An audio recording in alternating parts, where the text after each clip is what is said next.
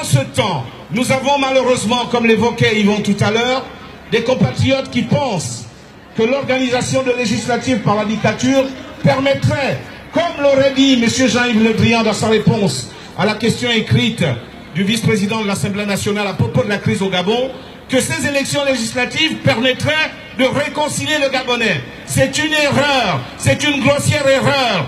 Et je le dis ici, pousser les Gabonais à participer à des élections organisées par un régime dictatorial qui est remis en cause aujourd'hui et qui est placé au banc des accusés sur le plan international sera un échec.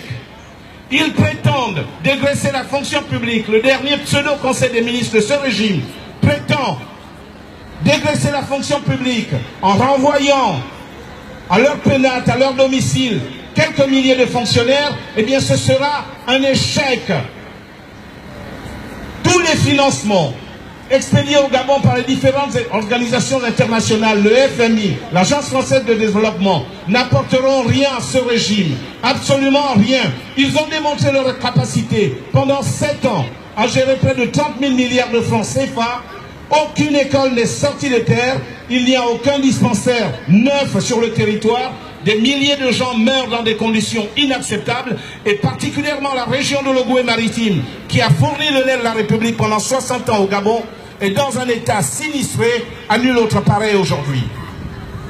Donc, je conclus en disant, les élections législatives seront un échec.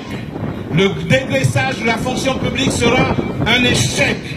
La tentative de réconciliation forcée sera un échec.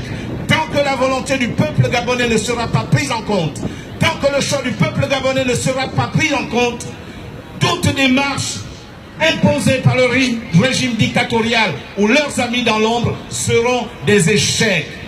Toute démarche sera un échec tant que la volonté du peuple gabonais ne sera pas prise en compte. Les temps ont changé, plus rien ne sera jamais pareil. À la nouvelle génération, je vous salue.